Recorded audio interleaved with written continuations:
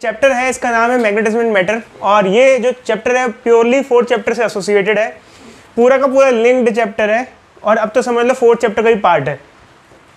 हम एक term use करते हैं बच्चे, मैग्नेटिक डाइपोल। देखो बच्चे, डाइपोल का मतलब क्या होता है? 2 पोल्स। मैग्नेटिक डाइपोल मतलब कि मैग्नेट के 2 पोल्स। इधर देखो बच्चे, जैसे मान लो हमने फर्स्ट चैप्टर पढ़ा था, इधर देखो कृष्णम, इलेक्ट्रिक डाइपोल क्या होता है बच्चे? अगर 2 चार्ज इक्वल और अपोजिट चार्ज कुछ दूरी पे होते हैं, उसे कहते हैं इलेक्ट्रिक डाइपोल। क्यों कहते हैं इसको इलेक्ट्रिक डाइपोल? क्योंकि ये इलेक्ट्रिक होता है और इसके अंदर 2 पोल्स होते हैं, एक पॉजिटिव चार्ज होता है और एक नेगेटिव। तो फिर मैग्नेटिक डाइपोल क्या होगा? आमतौर पे कोई मैग्नेट होता है, इसको क्या बोलेंगे बच्चों? बार मैग्नेट, बट फिजिक्स के हिसाब से क्या बोलेंगे? Magnetic dipole. कृष्णम बताओ बच्चे, ये मैग्नेटिक डाइपोल क्यों कहलाएगा? इसके अंदर 2 पोल्स हैं, नॉर्थ और साउथ पोल, और मैग्नेटिक है तो मैग्नेटिक डाइपोल। अब क्वेश्चन ये आता है बच्चे, आप बताओ बच्चे, आपका नाम क्या है? पार्थ। पार्थ, ये बताओ बच्चे, क्या ये बार मैग्नेट ही सिर्फ मैग्नेटिक डाइपोल होगा? मैग्नेटिक डाइपोल आपके हिसाब से कितने टाइप के हो सकते हैं? क्या सिर्फ बार मैग्नेट ही मैग्नेटिक डाइपोल होगा और कोई तरीके से भी मैग्नेटिक डाइपोल बन सकता है? देखो बच्चे, मैग्नेटिक डाइपोल इधर देखो 2 होते हैं, इधर देखो एक तो बार मैग्नेट, इधर देखो जैसे ये, और एक करंट कैरिंग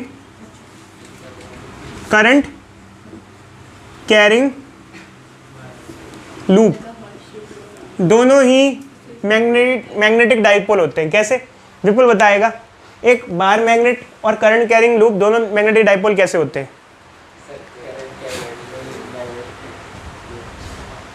जैसे मान लो एक सोलेनॉइड हो गया, करंट कैरिंग लूप में चाहे एक सर्कुलर लूप ले लो, चाहे सर्कुलर लूप ले लो, चाहे सोलेनॉइड ले लो, कुछ भी ले लो, जैसे सोलेनॉइड ले लिया।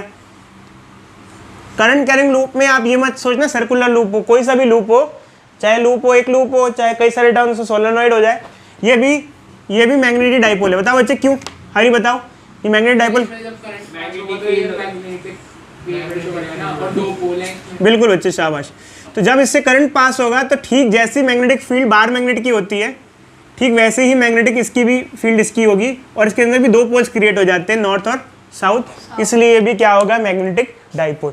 अगर हमसे कोई पूछे कि मैग्नेटिक डाइपोल कैसे कैसे मिल सकते हैं, आप कहो मैग्नेटिक डाइपोल का मतलब क्या होता है? 2 पोल्स का होना। 2 पोल मतलब नॉर्थ और साउथ पोल का होना। या तो आप बार मैग्नेट ले आओ, उसमें 2 पोल होते हैं, या तो किसी लूप में करंट फ्लो करा दो, करंट कैरिंग लूप में भी 2 पोल्स बन जाते हैं, वो भी क्या होता है? Magnetic dipole.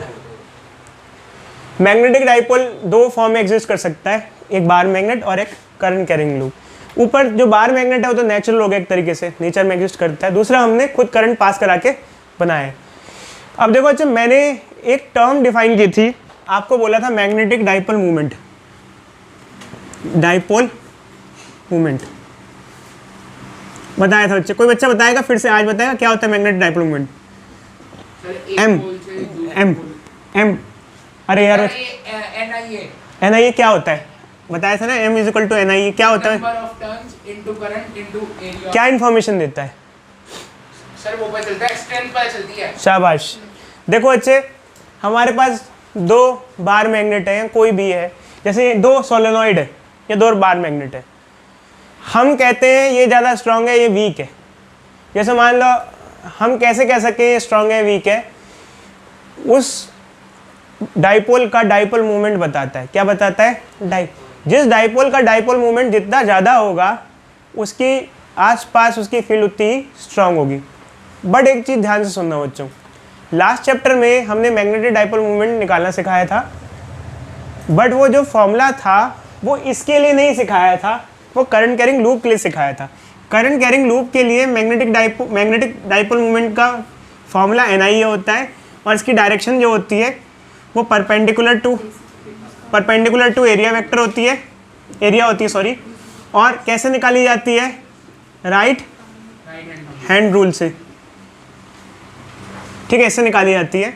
अब मान लो, जैसे मान लो 2 करंट कैरिंग लूप है हमारे पास, जैसे मान लो मैंने बताया था 2 करंट कैरिंग लूप है, लास्ट क्लास में क्वेश्चन भी कराए थे आपको, पहले कुछ पूछा था कि भाई इसका मैग्नेटिक डाइपोल मूवमेंट ज़्यादा आएगा, जिसका मैग्नेटिक डाइपोल मूवमेंट ज़्यादा आएगा वो ज़्यादा स्ट्रांग मैग्नेट की तरह बिहेव करेगा। समझ में आया? मान लो बच्चों ये बताओ, 2 आइडेंटिकल लूप है, एक में करंट ज़्यादा है एक में करंट कम है, कौन ज़्यादा मैग्नेटिक बिहेवियर शो करेगा? इसमें करंट ज्यादा है बताओ जी क्यों? सर, क्योंकि उसकी करंट ये ज्यादा हो जाएगी ना। क्योंकि जिसमें करंट ज़्यादा होगा, अभी बच्चे डायरेक्शन बता देंगे, अभी सिर्फ मैग्नीट्यूड पे ध्यान देते हैं। मैंने कहा कि दो हमारे पास मैग्नेटिक डाइपोल है, दो मैग्नेटिक डाइपोल है हमारे पास, मतलब दो करंट कैरिंग लूप है, एक में करंट ज़्यादा है एक में करंट कम है, एक में करंट ज़्यादा है एक में करंट कम है। जिसमें करंट ज़्यादा होगा वो स्ट्रॉन्ग फील्ड प्रोड्यूस करेगा, जिसमें करंट कम होगा वो वीक फील्ड प्रोड्यूस करेगा। तो मैग्नेटिक डाइपोल मूवमेंट हमें क्या आइडिया देता है? स्ट्रेंथ का, कि वो कितना स्ट्रॉन्ग फील्ड प्रोड्यूस कर सकता है या कितना स्ट्रॉन्ग फील्ड प्रोड्यूस नहीं कर सकता है। समझे या नहीं समझे बच्चे? बोलो समझे? देखो बच्चों, हमने पहले की क्लासेस में आपको करंट कैरिंग लूप्स के मैग्नेटिक मूवमेंट निकालने के लिए कुछ क्वेश्चन दिए थे, न्यूमेरिकल दिए थे, जिसमें से एक न्यूमेरिकल ये था कि एक बड़ा सा सर्कुलर लूप था, उसको खोल के छोटे छोटे लूप बना दिए थे, ऐसा कुछ था, छोटे लूप से बड़ा लूप बना दिया था। और एक ऐसा था कि सर्कल लूप को खोल के स्क्वायर बना दिया था। जैसा भी था, मतलब क्वेश्चन आने को आ सकता है। जब कभी मैग्नेटिक मूवमेंट या मैग्नेटिक डाइपोल मूवमेंट का क्वेश्चन आए तो ये फॉर्मूला लगाओ, बस काम चलाओ। डायरेक्शन वायरेक्शन का इतना चक्कर नहीं आता, फिर से बता दूं मैं। बट अब हम आगे की बात करते हैं। देखो हमारे पास दो तरीके के मैग्नेट होते हैं। अब ये तो नेचुरल मैग्नेट हो गया, बार मैग्नेट, ये भी मैग्नेट है। और ये एक तरीके का वो मैग्नेट हुआ जो हमने करंट फ्लो करा के बनाया। देखो बच्चे, अब खास बात ये होती है, दोनों का जो मैग्नेटिक मूवमेंट निकालते हैं उनका फॉर्मूला सेम नहीं होता है। क्या इस मैग्नेट के लिए, बार मैग्नेट के लिए आप NIA लगा सकते हो? क्या उसमें टर्न्स हैं? क्या उसमें करंट फ्लो कर रहा है? नहीं। तो क्या बार मैग्नेट का सेम फॉर्मूला मैग्नेटिक मूवमेंट का? नहीं। बार मैग्नेट के मैग्नेटिक मूवमेंट का फॉर्मूला थोड़ा अलग होता है, बट दोनों के मैग्नेटिक मूवमेंट एक ही चीज़ होती है। मैग्नेटिक मूवमेंट तो एक ही, देखो मैग्नेटिक मूवमेंट मतलब ये कितना फील्ड स्ट्रॉन्ग, प्रॉपर्टी सेम है बट फॉर्मूला अलग है, ठीक है। अब इसका क्या फॉर्मूला होता है? फिर इसका फॉर्मूला होता है QM × 2L। ये कहाँ से आया? देखो बच्चे, हमने फर्स्ट चैप्टर में इलेक्ट्रिक डाइपोल पढ़ा था। इधर देखो बच्चे बोर्ड पे, इलेक्ट्रिक डाइपोल क्या होता था? जब एक पॉजिटिव चार्ज और एक negative charge, equal negative charge कुछ दूरी पे होता था तो उसको हम कहते थे, इसे कहते थे इलेक्ट्रिक डाइपोल। इलेक्ट्रिक डाइपोल मतलब कि है इलेक्ट्रिक और दो पोल्स हैं। दो पोल मतलब कैसे? एक पॉजिटिव चार्ज और एक नेगेटिव चार्ज। इधर देखो, समझ में आ रहा है? तो इसका डाइपोल मूवमेंट कैसे निकालते थे? कोई सा भी एक चार्ज ले लो और इनके बीच के सेपरेशन मल्टीप्लाई कर दो, ये होता था electric dipole movement. Magnetic dipole movement कैसे निकालते हैं? देखो बच्चे, उनके बीच में सेपरेशन को 2a लेते थे, यहाँ पर सेपरेशन को 2l ले लेते हैं। किनके सेपरेशन को? पोल्स की सेपरेशन को 2l लिख देते हैं। 2l is separation between poles. और वहाँ Q चार्ज होता था, यहाँ QM क्या है? यहाँ QM है पोल स्ट्रेंथ। अब ये पोल स्ट्रेंथ किस चिड़िया का नाम होती है? देखो अच्छा, खैर हमें इसके पचड़े में नहीं पढ़ना। मतलब पोल स्ट्रेंथ ये होती है कोई एक पोल कितना स्ट्रांग है, जैसे नॉर्थ पोल कितना स्ट्रांग है, साउथ पोल। बट एक्चुअली क्या है कि NIA में तो काफ़ी चीज़ें आसान होती हैं, बट आपको पोल स्ट्रेंथ निकालने के लिए कोई इंस्ट्रूमेंट वगैरह होना चाहिए, तब आप पोल स्ट्रेंथ निकाल सकते हो। तो pole strength into separation between poles, ये फॉर्मूला होता है, जिसमें से शायद आपको पोल स्ट्रेंथ के बारे में ज़्यादा इन्फॉर्मेशन ना भी पता चले, ना समझ में आ रहा हो, ये मैं मानता हूँ। बट ये ध्यान रखना कि कोई एक बार मैग्नेट हमारे पास है, वो कितना स्ट्रॉन्ग है कितना वीक है, उसको निकालने के लिए हम ये निकालेंगे, इससे हमें पता चल जाएगा कितना स्ट्रॉन्ग है कितना वीक है। अगर दोनों पोल्स पे मतलब ये स्ट्रेंथ सेम होगी? हाँ, सेम होगी। अच्छा, एक चीज़ ध्यान रखना बच्चे, जब हम लोग ये डिस्कस करते हैं तो ये बताते हैं मैग्नेट हमेशा डाइपोल की फॉर्म में एग्जिस्ट करता है। मैग्नेट कभी भी मोनोपोल नहीं हो सकता। क्यों? क्योंकि अगर एक मैग्नेट को तोड़ भी दो, जैसे मान लो हरी को एक मैग्नेट पाया, उन्हें मिला है उसके पास घर पे, उसे तोड़ दिया ऐसे, उसने सोचा नॉर्थ को तोड़ के अलग कर देता, साउथ को तोड़ के अलग कर देता, क्या होगा बच्चे? हरी बताओ। यहाँ साउथ बन जाएगा, यहाँ नॉर्थ बन जाएगा। इधर देखो बच्चों, इधर देखो बोर्ड पे, इधर देखो, हाँ बोर्ड पे देखो, हाँ, तो फिर से पोल बन जाएंगे। तो कभी भी मैग्नेट मोनोपोल नहीं हो सकता, जबकि चार्ज मोनोपोल हो सकता है। चार्ज मतलब single charge, positive charge, single negative charge हो सकता है, बट मैग्नेट के केस में कभी भी मोनोपोल नहीं हो सकता। सिंगल नॉर्थ या सिंगल साउथ कभी भी एग्जिस्ट नहीं कर सकता। पोल्स हमेशा पेयर की फॉर्म में, जोड़े के फॉर्म में मिलते हैं। जैसे जूते लेने जाओगे ना तो जोड़े के फॉर्म में मिलेगा, ऐसा कहना भैया एक जूता दे देना, तो वो बात अलग है। किसी को चिढ़ा रहे हो, किसी ने जूता फेंक के आपके मारा, वो बात अलग है कि आपको एक जूता मिल जाएगा वहाँ से। बट ऐसे केस में आपको एक जूता नहीं मिलेगा बच्चे, समझे? पैरामैग्नेटिक बच्चे भी चक्कर में बताओ तो सिलेबस से आउट हो चुका है, तो आपको मतलब ही नहीं, अब तो है नहीं ना सर सिलेबस में, ठीक है। तो मैग्नेट के केस में हमेशा डाइपोल होते हैं, जोड़ी होती है, जोड़ी, जैसे जूते जोड़ी में मिलते हैं ना, सिंगल पीस नहीं मिलता, ऐसे ही मैग्नेट के केस में भी, समझ रहे हो ना बच्चे, तो डाइपोल होता है। अब एक्चुअली क्या है कि मान लो हम एक मैग्नेट को कट करें, ऐसे कट कर दें, क्या उसके मैग्नेटिक मूवमेंट पे फ़र्क आएगा, या ऐसे कट कर दें, क्या मैग्नेटिक मूवमेंट में फ़र्क आ जाएगा, या फिर मान लो ऐसे क्या 1/4 हिस्सा कर दें, तो अब क्या मैग्नेटिक मूवमेंट हो जाएगा, ये हमें देखना है। तो एक मैं करा देता हूँ, बाकी आप निकालना बच्चों, ठीक है। देखो बच्चे, जब हम सर एक चीज सुना ना, अगर आप ऐसे काटोगे तो भी उसमें पोल बन जाएंगे। बताते हो चाहते, ऐसे काटेंगे तो पोल रहेंगे ही रहेंगे, नॉर्थ पोल पूरा सा आधा हो जाएगा, ये हो जाएगा साउथ हो जाएगा, ठीक है, पोल स्ट्रेंथ ये नॉर्थ ऐसे हो जाएगा। जब हम ऐसे काटते हैं तो पोल स्ट्रेंथ कम हो जाती है। देखो बच्चे इधर देखो, जब इस तरीके से काटते हैं हाँ यस पोल स्ट्रेंथ कम हो जाती है। जैसे पहले पोल स्ट्रेंथ क्यू एम थी, तो अब जो नहीं होगी वो क्या हो जाएगी, QM/2 हो जाएगी। लेंथ क्या हमने छेड़ी है क्या, लेंथ तो हमने 2L ही रखी, मतलब जो हम लेते हैं। अब आप ये पूछो कि 2L क्यों लेते हैं, भाई कन्वेंशन लेते हैं। तो अब मैग्नेटिक मूवमेंट नया क्या हो जाएगा, नया मैग्नेटिक मूवमेंट क्या हो जाएगा, M डैश क्या हो जाएगा, दिस इंटू दिस, क्या हो जाएगा बच्चे बताना, ये QM इंटू L। पहले के कंपेरिजन में कितना हो जाएगा ये, पहले नहीं, हाँ पहले ये इतना हुआ करता था, अब ये 2 नहीं है, तो कितना हो गया, हाफ हो गया। पहले के कंपेरिजन में हाफ हो गया। तो आपको अच्छा टेबल बनानी है, इसका बताना है, इसका बताना है, जल्दी से बताओ बच्चों कैसे कैसे आएगा, जल्दी करो। दूसरे केस में यहाँ पर क्या है, हम इसको ऐसे कट कर रहे हैं, यहाँ पोल स्ट्रेंथ सेम रहेगी क्योंकि हम पोल को नहीं काट रहे हैं, तो पोल स्ट्रेंथ यहाँ पर सेम रहेगी, बट यहाँ लेंथ क्या हो जाएगी, हाफ हो जाएगी, L हो जाएगी।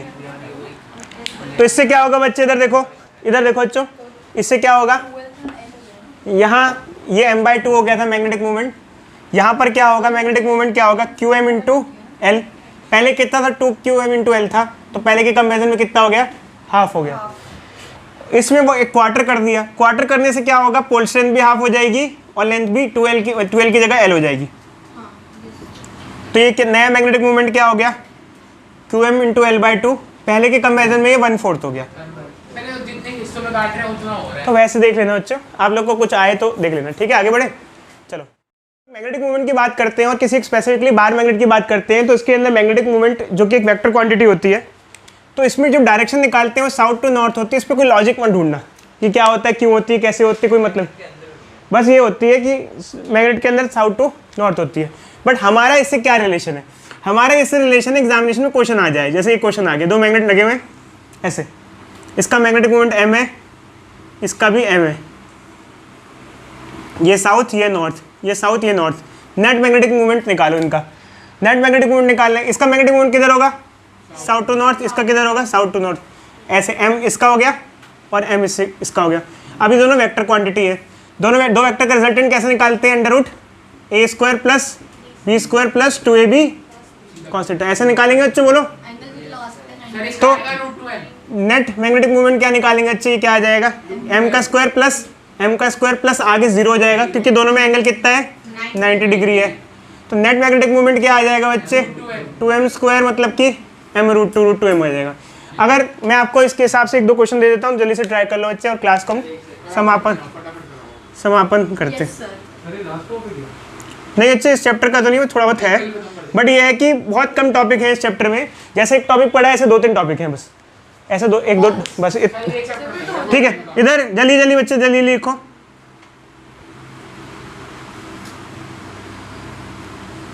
सर एक चीज बताओ, आपने साउथ और साउथ इकट्ठे कैसे रख दिया? 2 मैग्नेट रखे हुए हैं बच्चे, 2 मैग्नेट ऐसे रखे हुए हैं। सर रिपेल करनी चाहिए। अरे हमने कैसे भी करके लड़ भिड़ के चिपका दिया बच्चे। चलो अब वो सब छोड़ो, हाँ आप ये सब छोड़ो, दोनों का मैग्नेटिक मूवमेंट है हमें, बताओ नेट मैग्नेटिक मूवमेंट, चिपकाएंगे ना यार, तुम आगे चलो। आप बस निकालो बच्चे। और सर ये उल्टे को क्वेश्चन दे रखा है, इस केस में नेट मैग्नेटिक मूवमेंट पूछा है और इस केस में पूछा हुआ है। तो इस केस को सबसे पहले हम कर लेते हैं, इन दोनों के मैग्नेटिक मूवमेंट सेम है। इसका मैग्नेटिक मूवमेंट इधर होगा, इसका इधर होगा, इसका M इधर होगा, इसका M इधर होगा, दोनों एक्चुअली डायरेक्टली कैंसिल हो जाएगा। जब दो वेक्टर एक अपोजिट डायरेक्शन में होते हैं तो डायरेक्टली सब्सट्रैक्ट हो जाते हैं। और नेट मैग्नेटिक मूवमेंट 0 हो जाता है। इसको कैलकुलेशन करने की भी जरूरत नहीं है, ओरली कर सकते हैं इसमें, ठीक है।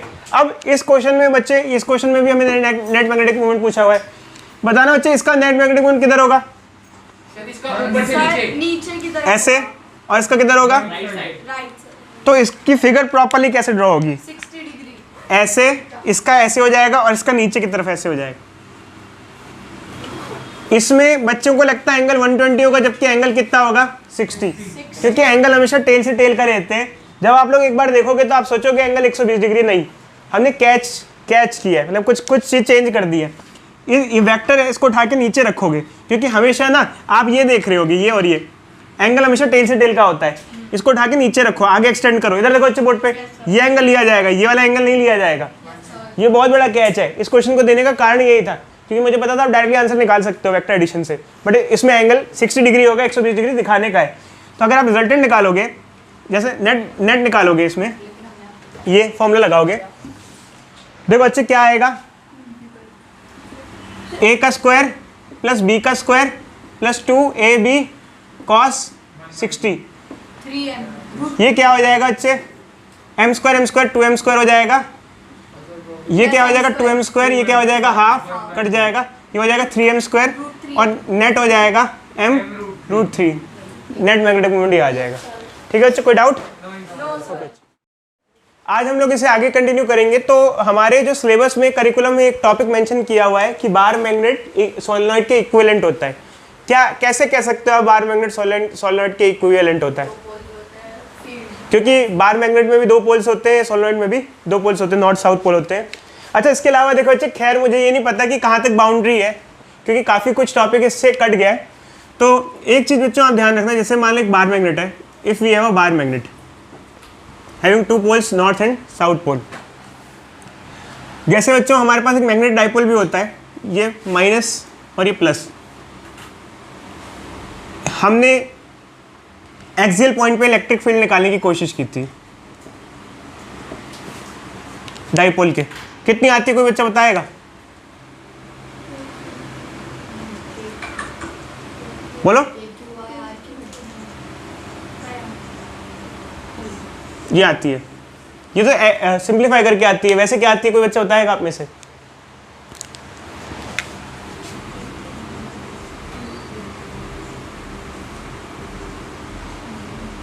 ये आती है, जैसे इलेक्ट्रिक डाइपोल के एक्सियल पॉइंट पे इलेक्ट्रिक फील्ड होती है, ऐसे ही मैग्नेटिक डाइपोल, मतलब मैग्नेट के एक्सियल पॉइंट पे मैग्नेटिक फील्ड होती है। कितनी मैग्नेटिक फील्ड होगी बताओगे बच्चे? बी क्या होगा बताओ? 2 की जगह 2। के क्या होता था यहाँ पर? 1/4 पाई एप्सिलॉन नॉट। यहाँ के क्या हो जाएगा? μ0/4 पाई। पी की जगह यहाँ इलेक्ट्रिक डाइपोल मूवमेंट होता था, यहाँ मैग्नेटिक डाइपोल मूवमेंट है। यहाँ आर स्क्वायर, और यहाँ ए की जगह यहाँ जैसे ए यूज़ करते हैं इसके बीच का सेपरेशन, और इनके बीच का सेपरेशन यहाँ 2l लेते हैं। खैर मुझे ये नहीं पता बच्चे सिलेबस में है या नहीं है, मैं लिखवा रहा हूँ, ऑल दो मुझे कंफर्म नहीं है कि ये टॉपिक है या नहीं है। तो ये एक्सियल पॉइंट पे मैग्नेटिक फील्ड का फॉर्मूला होता है किसी मैग्नेटिक डाइपोल का।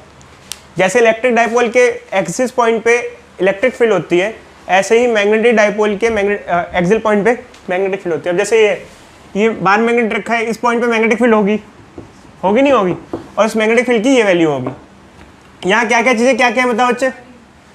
अनन्या बताओ क्या क्या चीज़ें क्या क्या है यहाँ पर?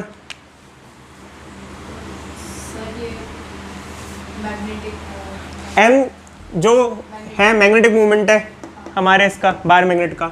आर क्या है? सेंटर से लेके इस पॉइंट तक की दूरी जहाँ मैग्नेटिक फील्ड निकाली जा रही है। एल क्या है? इसकी ये पूरी लेंथ होती है ना, यहाँ से यहाँ तक की लेंथ है, तो ये फॉर्मूला है। तो जैसे हम लोग μ0/4 पाई, तो परमेबिलिटी हम लोग यूज़ करते हैं, permeability by on of free space. तो ये देखो अच्छे एनालॉगस रिलेशन है। एनालॉगस रिलेशन क्या थी?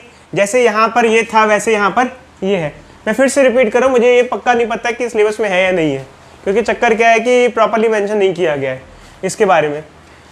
जब हमने फर्स्ट चैप्टर पढ़ा था तो ऐसे ही इक्वेटोरियल पॉइंट पे भी इलेक्ट्रिक फील्ड पढ़ा था किसी इलेक्ट्रिक डाइपोल के। क्या होती है बच्चे, किसी को याद है? K/r², ये फॉर्मूला था, r³ सॉरी। बट ये जो फॉर्मूला आया था ये कैसे आया था, एक्चुअल में जो वैल्यू थी वो थी के पी बाय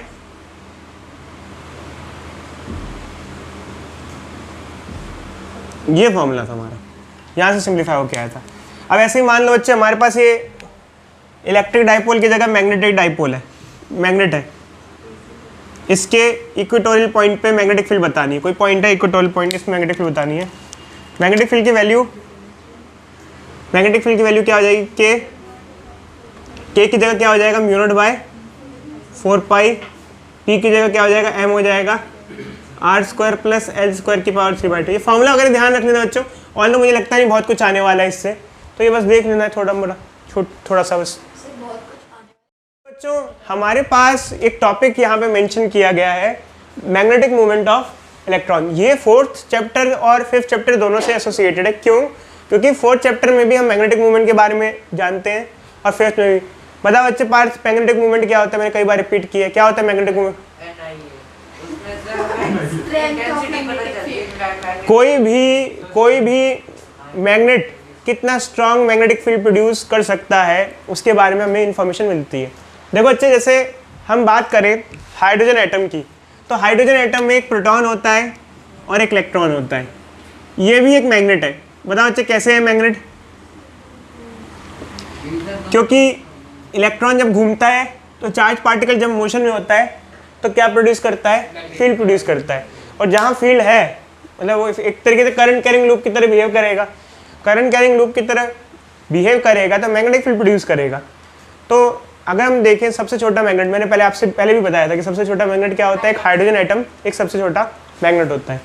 तो हमें मैग्नेटिक मूवमेंट ऑफ इलेक्ट्रॉन एक टॉपिक दे रखा है। पहले हम इसका डेरिवेशन किया करते थे, जो कि अब डेरिवेशन तो सिलेबस में नहीं है, बच्चे पुट करके निकालते थे। तो हाइड्रोजन एटम में जब इलेक्ट्रॉन घूम रहा है तो ये एक मैग्नेट हो गया, और हर मैग्नेट का कुछ ना कुछ मैग्नेटिक मूवमेंट होता है। देखो कृष्ण, तो यहाँ पर इसका मैग्नेटिक मूवमेंट निकालने के लिए हम फॉर्मूला यूज़ करेंगे M = NIA। बट यहाँ प्रॉब्लम ये होती है, यहाँ मैग्नेटिक मूवमेंट को M ना लेके म्यू से रिप्रेजेंट करते हैं। अब बच्चे पूछते सर ऐसा कैसे?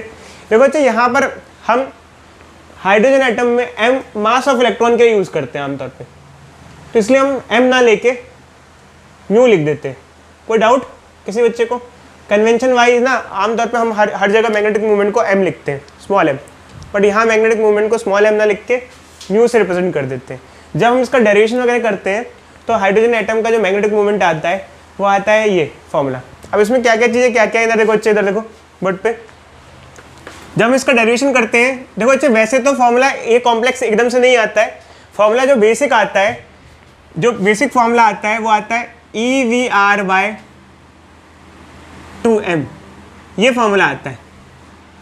जब हम लोग NIA जब डेरिवेशन करते हैं, जो कि हमें डेरिवेशन से मतलब नहीं है, मैं फिर से बता रहा हूँ बच्चों, जब हम डेरिवेशन करेंगे मैग्नेटिक मूवमेंट निकालेंगे, सिंप्लीफाई करेंगे, ये आएगा, ठीक है। इसके बाद ये हमारा EV/2 आ जाता है फॉर्मूला, ये आ जाता है। इससे हम ये लिख देते हैं। ये कैसे लिख देते हैं? देखो बच्चे, हम 11th क्लास में पढ़ते थे एंगुलर मोमेंटम के बारे में। एंगुलर मोमेंटम क्या होता है? MVR होता है। L = क्या होता है? MVR। अगर मान लो मैं यहाँ मास ऑफ इलेक्ट्रॉन से मल्टीप्लाई डिवाइड कर दूँ तो ऊपर क्या हो जाएगा बच्चे? Mass into velocity into radius, ये क्या हो जाएगा? Angular momentum. तो यहाँ एंगुलर मोमेंटम आ जाता है और ये आ जाता है। कुल मिला के हमें ज़्यादा मत्था बच्ची नहीं करनी, क्योंकि डेरिवेशन तो है नहीं। ये फॉर्मूला होता है मैग्नेटिक मूवमेंट ऑफ इलेक्ट्रॉन का। अब इस फॉर्मूले में क्या क्या चीज़ें क्या क्या होती है? ई क्या होगा बच्चे बताओ? ई चार्ज ऑफ इलेक्ट्रॉन। आमतौर पे ई जो टर्म है वो तो हमेशा सेम रहती है।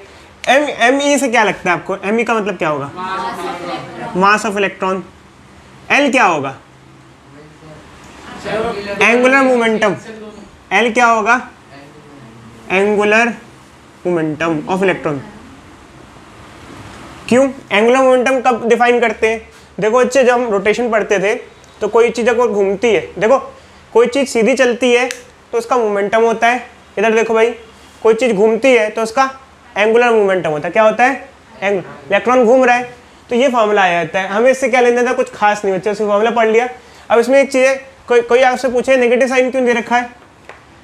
कभी भी वेक्टर्स में अगर नेगेटिव साइन दिया हो तो ये ध्यान रखना, ये वेक्टर इस वेक्टर के अपोजिट है। जैसे वेक्टर्स के केस में, जैसे कोई एक वेक्टर है हमारे पास B = -2a, बताओ बच्चे, ए और बी की डायरेक्शन सेम होगी अपोजिट होगी? अपोजिट। अपोजिट, क्योंकि बी जो है वो नेगेटिव ऑफ ए है, समझ रहे हो?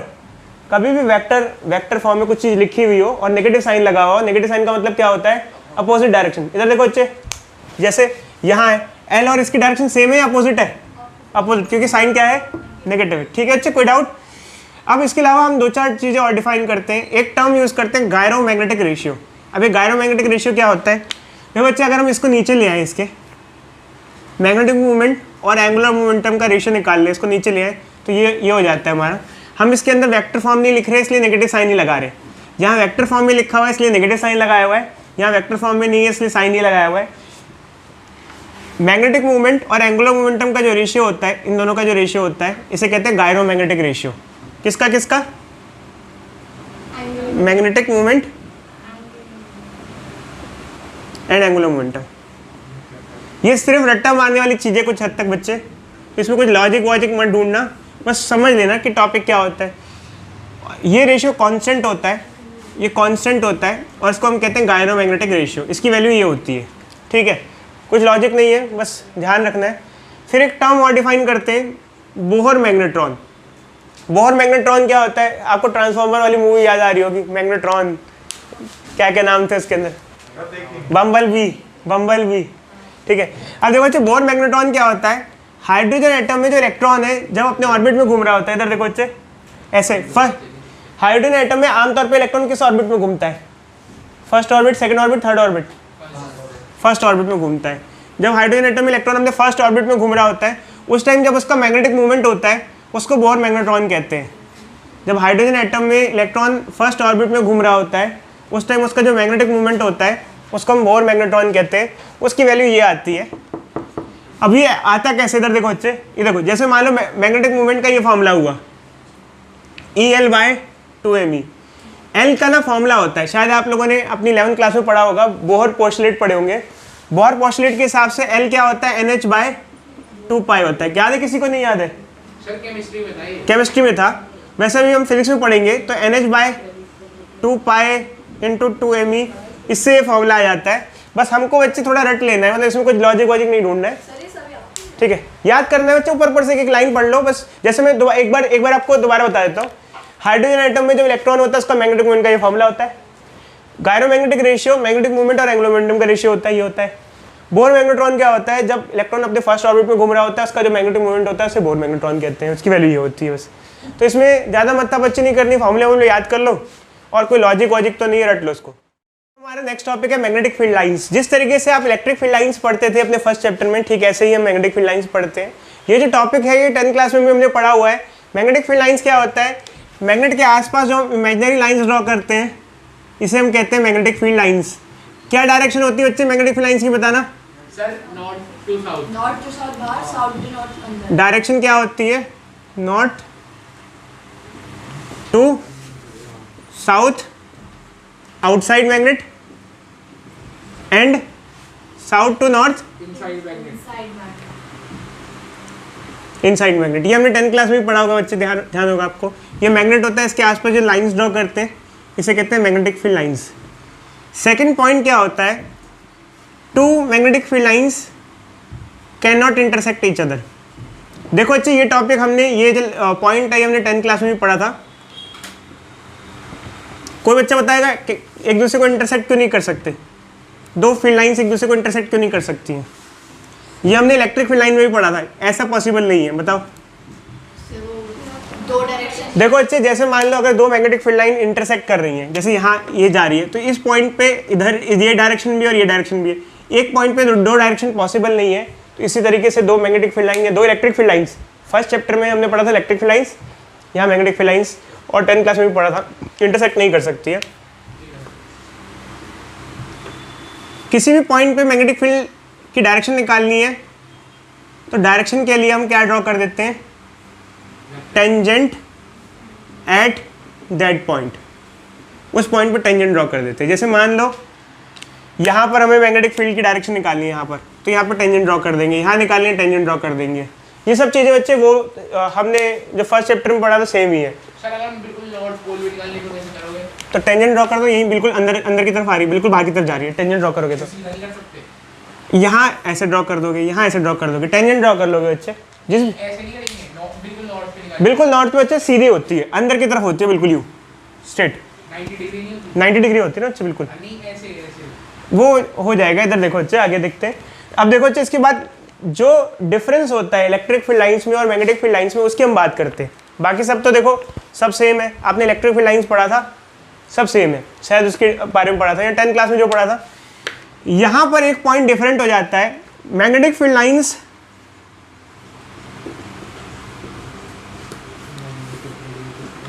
Forms close loop. इधर देखो बच्चे, इलेक्ट्रिक फील्ड लाइंस और मैग्नेटिक फील्ड लाइन में ये फर्क होता है। Magnetic field line close loop बनाती है। कोई बच्चा बताएगा इसका क्या मतलब होता है? सर मतलब उसकी यहाँ से शुरू हुई वहीं से खत्म। मतलब यहाँ से शुरू हुई वहीं पे घूम के खत्म हो जाता है। डिस्टेंस बहुत कम होता क्या electric field line close loop बनाती है? है। नहीं सर। मैग्नेटिक फील्ड लाइन बनाती है, यहाँ से पूरी घूम के आती है। क्या इलेक्ट्रिक फील्ड लाइंस में ऐसा होता है जैसे पॉजिटिव चार्ज है, तो सर ये क्लोज लूप बनाती है? नहीं बनाती। ऐसा क्यों होता है ये क्लोज लूप बनाती है और ये नहीं बनाती है? सर वहाँ पे 2 पोल्स है और यहाँ पे सिर्फ खाली एक। देखो अच्छे, ऐसा बोला जाता है कि मैग्नेटिक फील्ड लाइंस इसलिए हमेशा क्लोज लूप बनाती है कि ये हमेशा डाइपोल की फॉर्म में एग्जिस्ट करती है। It always exist in form of dipole. Dipole की फॉर्म में एग्जिस्टेंस इसकी हमेशा होती है, इसलिए ये क्लोज लूप बनाती है। इसका कारण माना जाता है ये। तो ये कुछ पॉइंट्स हैं बच्चों मैग्नेटिक लाइन की प्रॉपर्टीज़ में जो कि हमारे काम आते हैं। और इसके बाद हमारा लास्ट टॉपिक है जो हम पढ़ेंगे।